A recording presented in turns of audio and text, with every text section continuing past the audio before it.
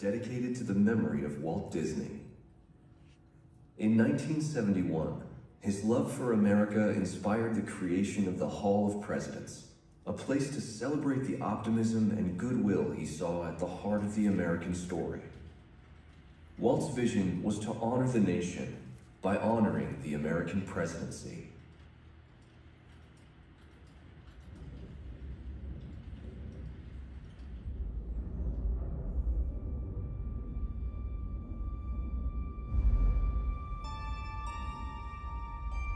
It is 1783, and the smoke is clearing in the wake of the Revolutionary War. Over the course of 8 grinding years, General George Washington has led a force of shopkeepers, farmers, and Native American allies to victory over the greatest military power in the world. A new nation has been born, independent and free. The founders must form a national government.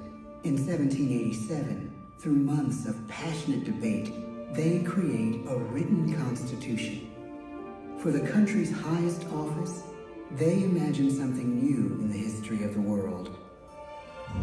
A leader not born to power like a king or queen. A leader who has not seized power through conquest. A leader not separate from the people, but elected by the people. From among the people. We, the people. This is a new idea, an American idea. The idea of a president.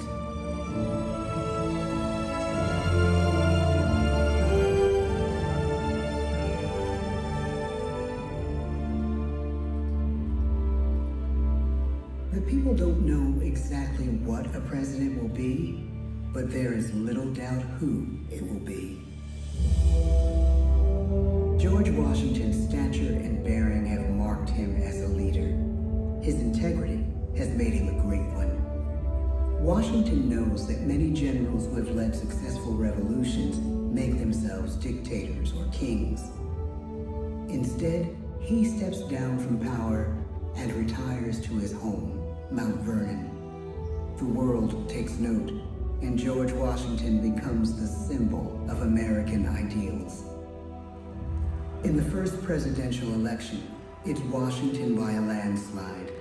The only doubt seems to be his own. He writes, "Integrity and firmness is all I can promise. Integrity and firmness is exactly what we need." Everything he does as president will set a model for his successors. His final act may be the most important of all. After 2 terms, with no term limit in the Constitution and amid overwhelming support to stay in office, he steps down once again and hands power back to the people. He wants us to speak, to elect a new president.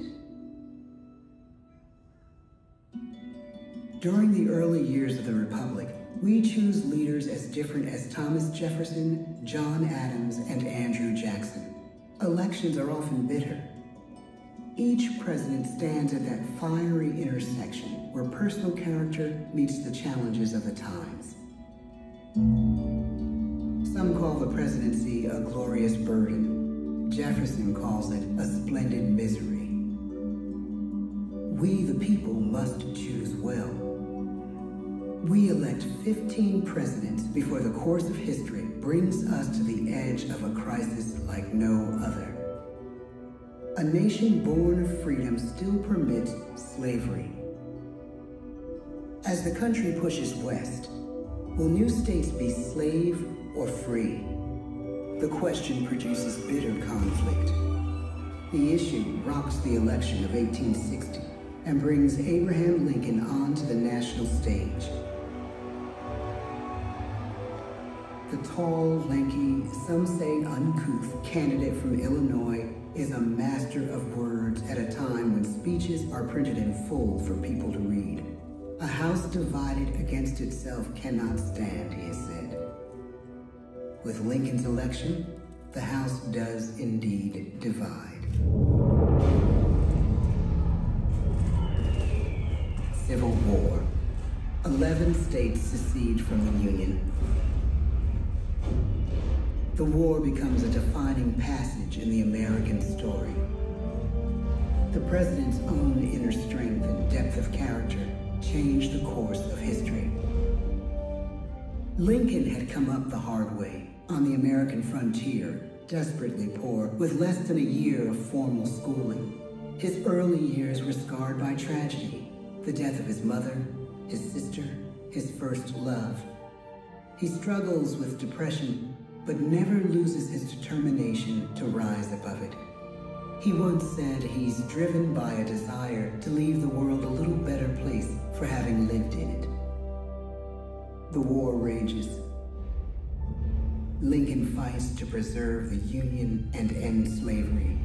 Neither is a sure thing. At Gettysburg, Pennsylvania, 6 months after one of the bloodiest battles of the war, the president dedicates a cemetery to the thousands of soldiers who died there, in words we can never forget.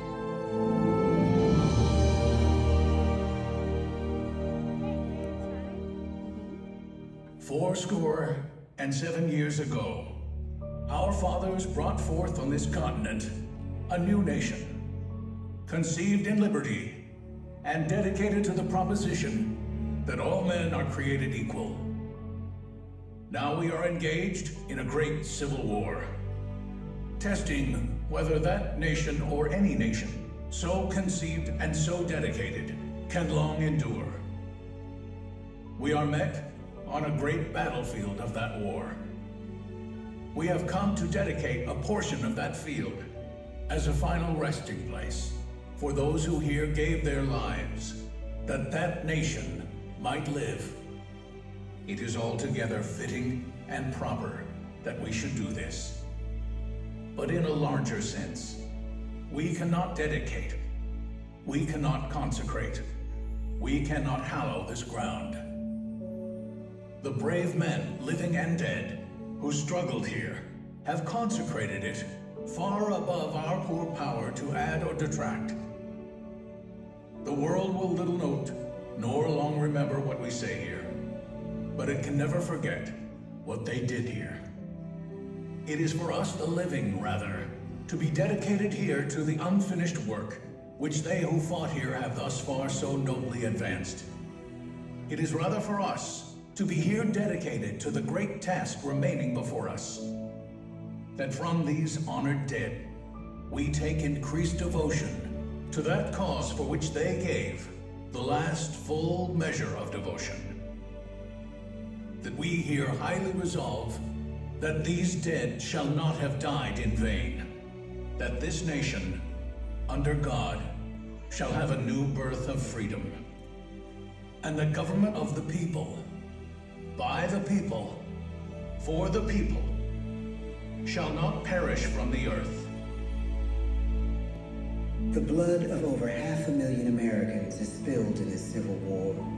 President Lincoln's enduring hope is to give true meaning to the sacrifices of so many, to lead us to that new birth of freedom.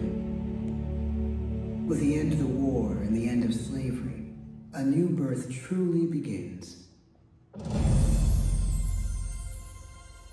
As we roll toward the 20th century, settlers roll west on wagon wheels and railroads connect the nation coast to coast. Millions of immigrants pour in from Europe and Asia. Population doubles. Our economy triples. Our standing among nations rises. We need presidents who can lead both at home and abroad.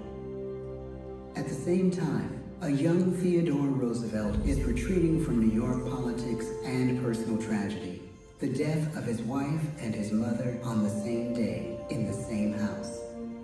In the Badlands of North Dakota, he rethinks his life and the life of his country. He returns stronger in body and spirit. His renewed energy is just what his country needs.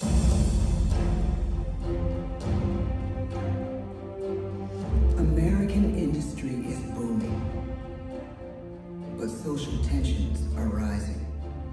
A progressive movement is bubbling up, pushing for change, and change is needed in the working and living conditions in cities. The gap widens between rich and poor. The demand for change grows stronger. Teddy Roosevelt is a knight on a crusade. He speaks with force and vitality in clear terms that make colorful headlines at a time when mass-market newspapers have become the new media. To define his foreign policy, he borrows a phrase from an African proverb: speak softly and carry a big stick. But his greatest accomplishments are made at home. He breaks up giant monopolies, protects workers' rights, and calls for a square deal for all Americans, rich and poor, capitalist and wage earner. And a square deal for every man and every woman in the United States. He calls on America to be as great as the natural grandeur of its lands.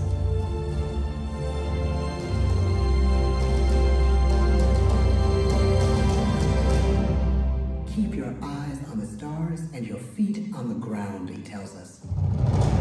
And we do.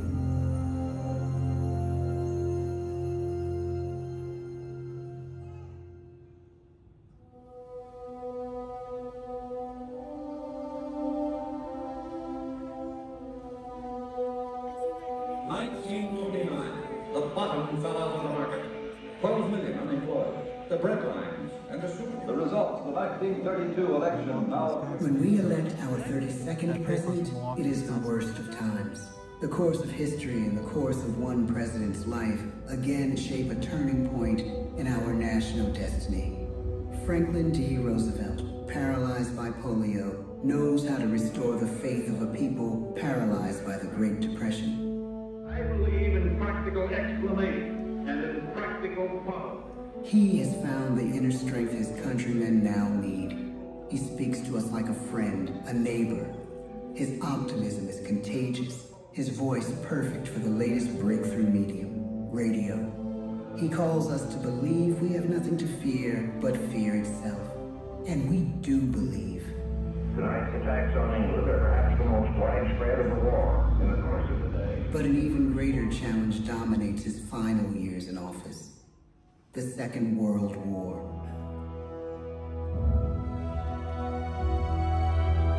We must be the great arsenal of democracy. This is an emergency as serious as war itself. We stun the world with our production.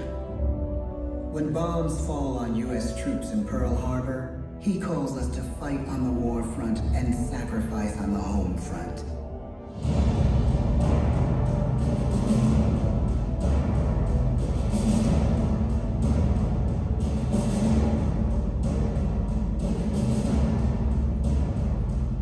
The harder the sacrifice, the more glorious the triumph. So spoke America in the year 1776. So speak Americans today. The world changes. The country changes. And yet, in one sense, what we need most from our presidents has never changed. A guiding vision that calls forth the best that America can be. Will outer space be developed for the benefit of all mankind? Or will it become another focus for the arms race? The choice is urgent, and it is ours to make. Ask not what your country can do for you. Ask what you can do for your country. But really, it's all of us who must overcome the crippling legacy of bigotry and injustice. And we shall overcome. One of the agreements that President Sadat and Prime Minister Begin are signing tonight is entitled A Framework for Peace in the Middle East. Mr. Gorbachev, tear down this wall. You have lost too much, but you have certainly not lost America. I can hear you. The rest of the world hears you.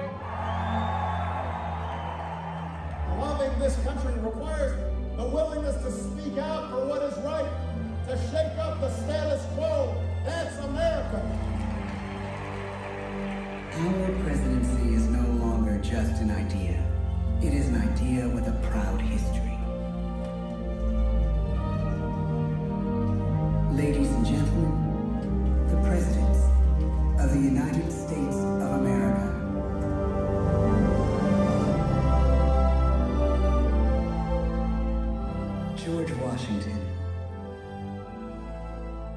John Adams, Thomas Jefferson, James Madison, James Monroe, John Quincy Adams,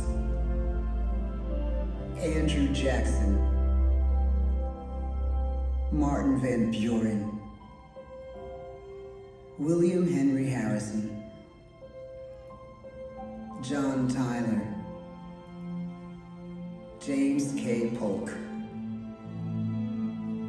Zachary Taylor,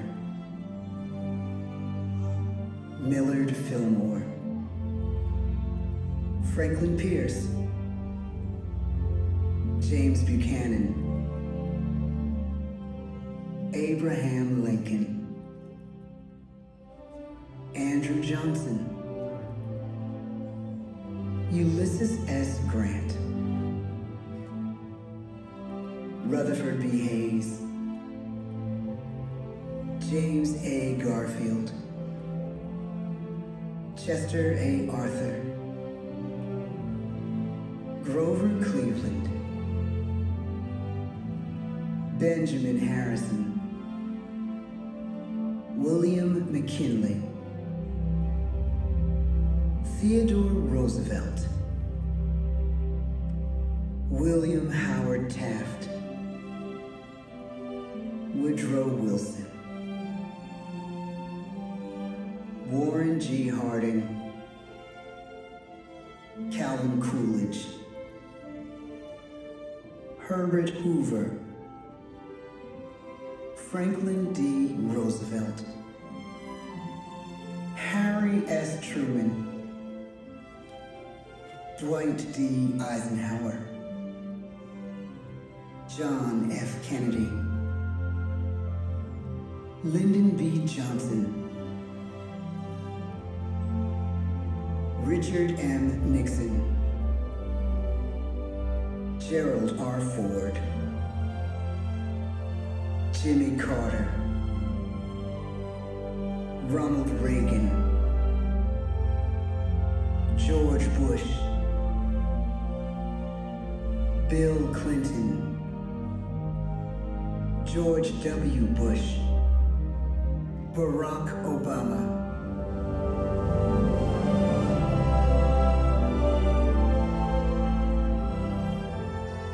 And now we come to the present.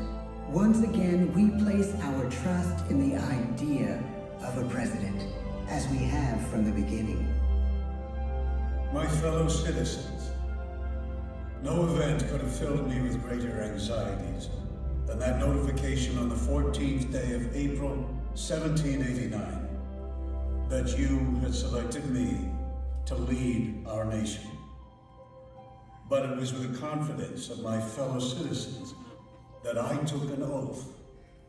35 simple words that have been repeated by every American president throughout history. I, Donald John Trump, do solemnly swear that I will faithfully execute the office of President of the United States and will, to the best of my ability, preserve, protect, and defend the Constitution of the United States. So help me God. From the beginning, America has been a nation defined by its people. At our founding, it was the American people who rose up to defend our freedoms and win our independence. It is why our founders began our great Constitution with 3 very simple words: we the people. Since that moment, each generation of Americans has taken its place in the defense of our freedom, our flag, and our nation under God. These are the achievements of the American spirit, the spirit of a people who fought and died to bring the blessings of liberty to all our people. Above all, to be American is to be an optimist, to believe that we can always do better, and that the best days of our great nation are still ahead of us. It's a privilege to serve as the President of the United States, to stand here among so many great leaders of our past, and to work on behalf of the American people. The presidency of the United States is a role unique in the world, an office entrusted to each president by us, we the people. Therein lies the genius of that new idea, now over 200 years old. A new idea our presidents have turned into a great American idea again and again.